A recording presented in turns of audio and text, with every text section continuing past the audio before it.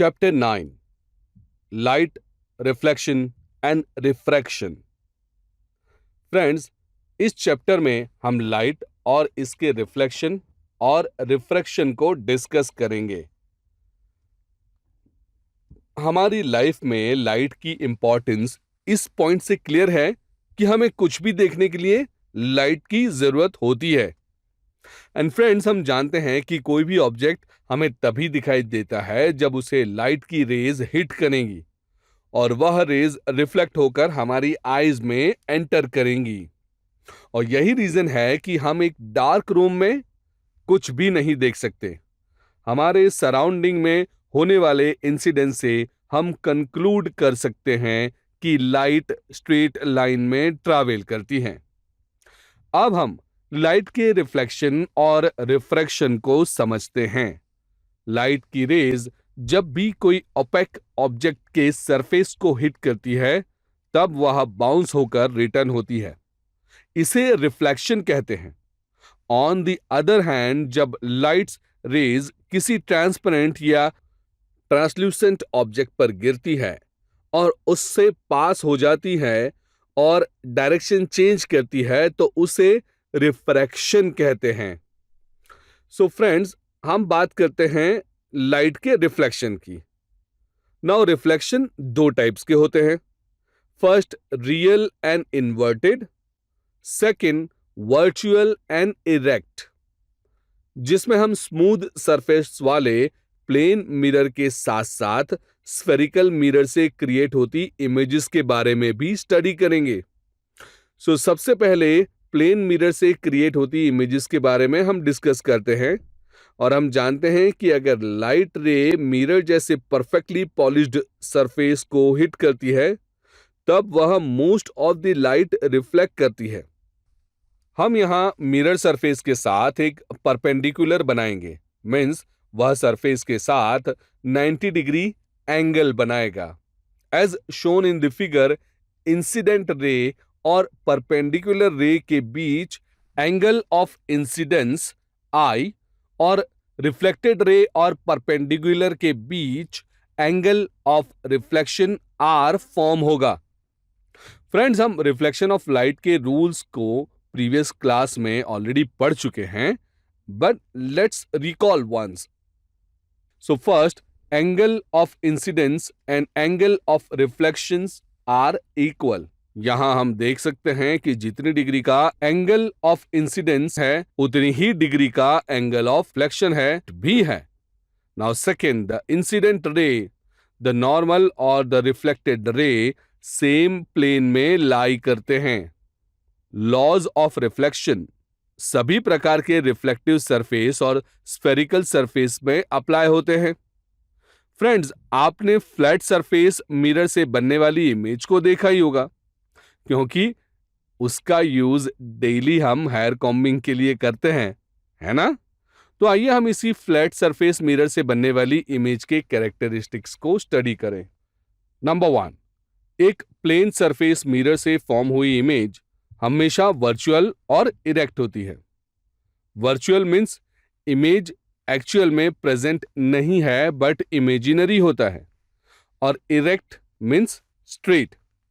सो यहां आप देख सकते हैं कि अगर मिरर के सामने खड़े पर्सन का हेड अप है तो उसकी इमेज में भी हेड अप पोजीशन में है, विच मीन्स इमेज इरेक्ट है। सेकंड, इमेज और ऑब्जेक्ट साइज में इक्वल होते हैं।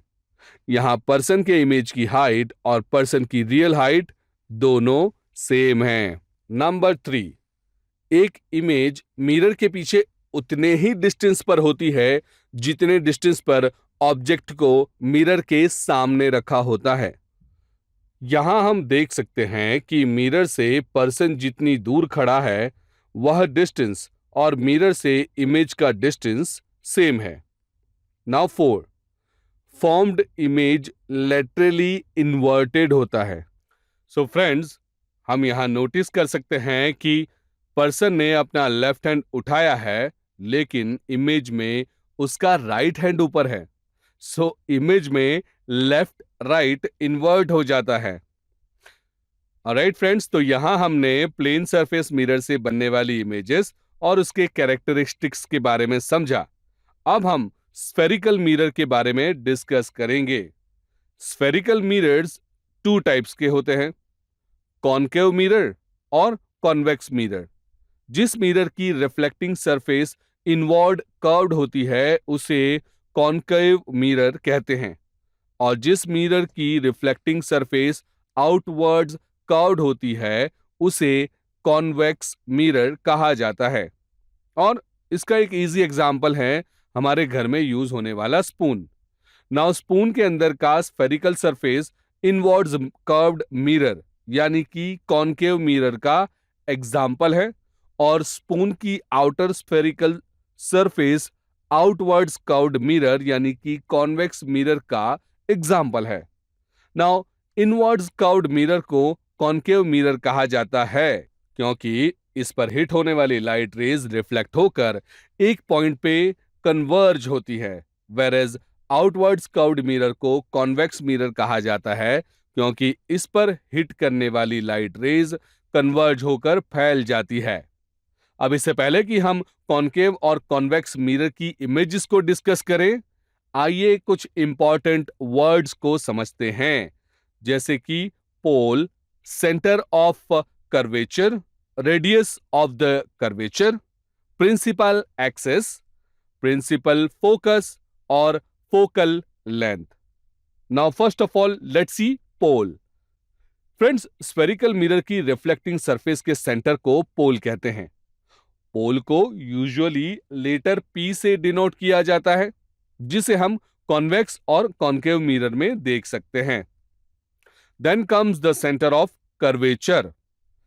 स्फेरिकल मिरर जिस स्फीयर का पार्ट है उस स्फीयर के सेंटर को सेंटर ऑफ कर्वेचर कहते हैं, जिसे लेटर C से डिनोट किया जाता है, and you can see the same in this figure. Radius of curvature. Spherical mirror जिस स्फीयर का पार्ट है उस स्फीयर की रेडियस को रेडियस ऑफ कर्वेचर कहते हैं, and that is denoted by letter R, जो P से C के बीच की दूरी PC जितना है, and this is also denoted in this figure. अब देखते हैं प्रिंसिपल एक्सिस। स्फेरिकल मिरर के सेंटर ऑफ कर्वेचर C और पोल P से पास होने वाली लाइन को प्रिंसिपल एक्सिस कहा जाता है। Okay, and principal axis mirror के परपेंडिकुलर होता है। ना उसके बाद आता है प्रिंसिपल फोकस। जब प्रिंसिपल एक्सिस के पैरेलल रेज किसी मिरर से टकराकर रिफ्लेक्ट होकर जिस पॉइंट पर ये रेज कन्वर्ज होती हैं उसे प्रिंसिपल फोकस कहा जाता है, एंड यूजुअली इसे लेटर F से डिनोट किया जाता है, जो C और P के बीच का पॉइंट है, जिसे आप कॉन्वेक्स मिरर और कॉनकेव मिरर दोनों में देख सकते हैं। नाउ फ्रेंड्स, आप देख सकते हैं कि कॉनकेव मिरर में इमेज मिरर के सामने मिलता है, that means it is real, ये रियल है, जबकि कॉनकेव मिरर में इमेज मिरर के पीछे बनता हुआ प्रतीत होता है, इसलिए यह इमेजिनरी है, इसलिए इसे डॉटेड लाइन से इंडिकेट किया गया है। एंड लास्ट में फोकल लेंथ। प्रिंसिपल फोकल से पोल तक के डिस्टेंस को फोकल लेंथ कहा जाता है। ओके, प्रिंसिपल फोकस से पोल तक के डिस्टेंस को फोकल लेंथ कहा जाता है। मीन्स पॉइंट F से पॉइंट P तक के डिस्टेंस को फोकल लेंथ कहा जाता है और इसे स्मॉल f से डिनोट किया जाता है। नाउ फ्रेंड्स, हम यहां देख सकते हैं कि focal length f radius of curvature r का हाफ है।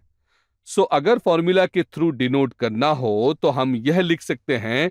फ्रेंड्स, इस वीडियो को पूरा देखने के लिए आज ही फ्लेक्सी टीचर ऐप सब्सक्राइब करें, जहां आपको मिलेंगे animated videos, digital books, text book solutions, notes, DPP और quiz.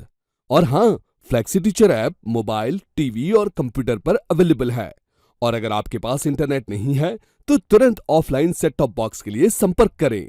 Flexi teacher, the one you needed.